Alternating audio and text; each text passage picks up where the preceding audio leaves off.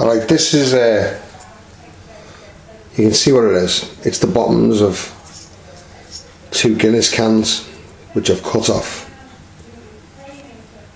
and slipped together. They're quite common, these. I make one about every year and I use them quite regularly, most weekends at work and stuff. I use them quite a lot just for convenience sake. They use very little fuel. See, one's inserted inside the other. I've cut them off to the same height and then you insert them inside each other like this here. Circular holes made with a pen are relatively sort of neat, equal distance apart. Not important really, as long as they're all over the place, like, with a larger hole in the top to feed for fuel in there. It's packed with glass fibre insulating, but you can use other stuff.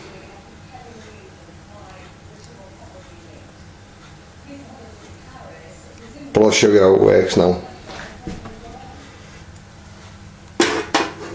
Just for the purposes of the test, I'll put it on a 10 there because I'm in the house.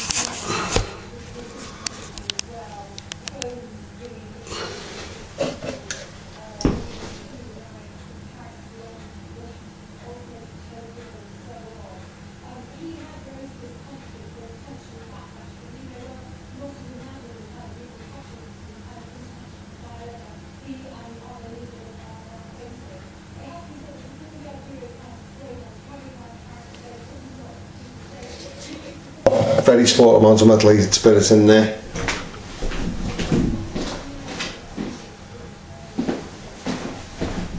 Well, the American tramps, the American hobos used to call these a penny stove, and I don't know whether it was to do with how much they cost to make or because of this, because the hole in the top to stop it feeding fuel vapour out once it's preheated, you put a penny or in this case a 5p piece over there. And they need to be primed, so just a little bit of alcohol on the base there.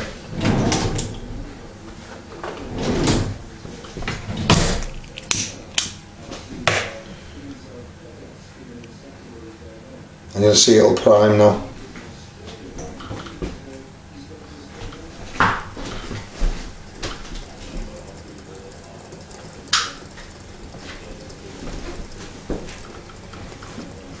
I've turned the main light off so you can see it.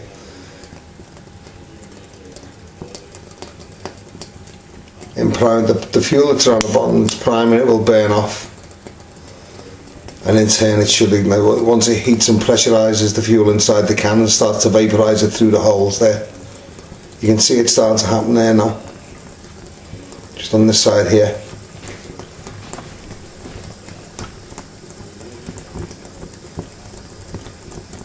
And the extraneous fuel around the bottom there should burn off. There, it's starting to bloom now.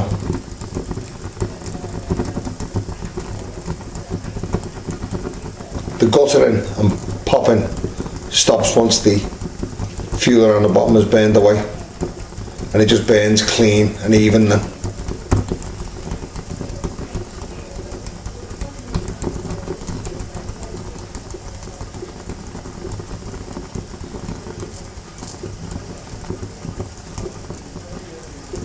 The more you preheat, the better it preheats, the more efficient it is.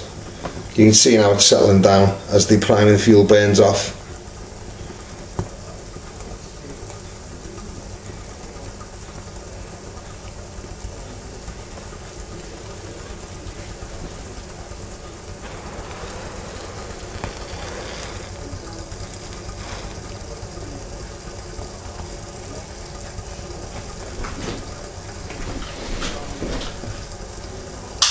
And that'll burn like that for about 20 minutes. What I do at work is, like, I've got like a wire thing that I use, but if I haven't got it with me, I put a brick at an angle either side of it, just a house brick or rocks of even size.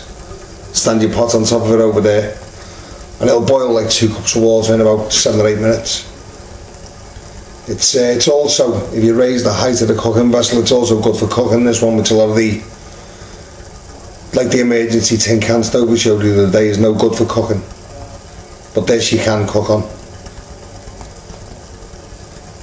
You've got about like I say, it depends on how much. I made this one quite thick. You see some of them that are made really narrow, really thin. I made this one quite thick so you can get a fair old bit of meths in it.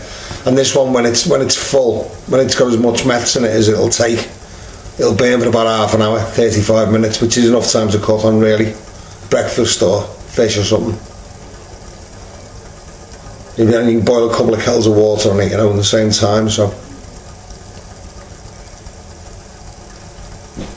that's how that works. And the Americans, as I say, used to call these, the American hobos and tramps used to call these a penny stove, and I think it's because of the coin blocking the filling jet in the middle.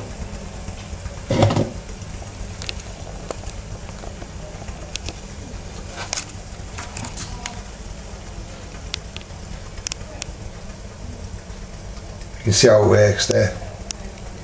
That's it, the penny stove. Thanks for watching.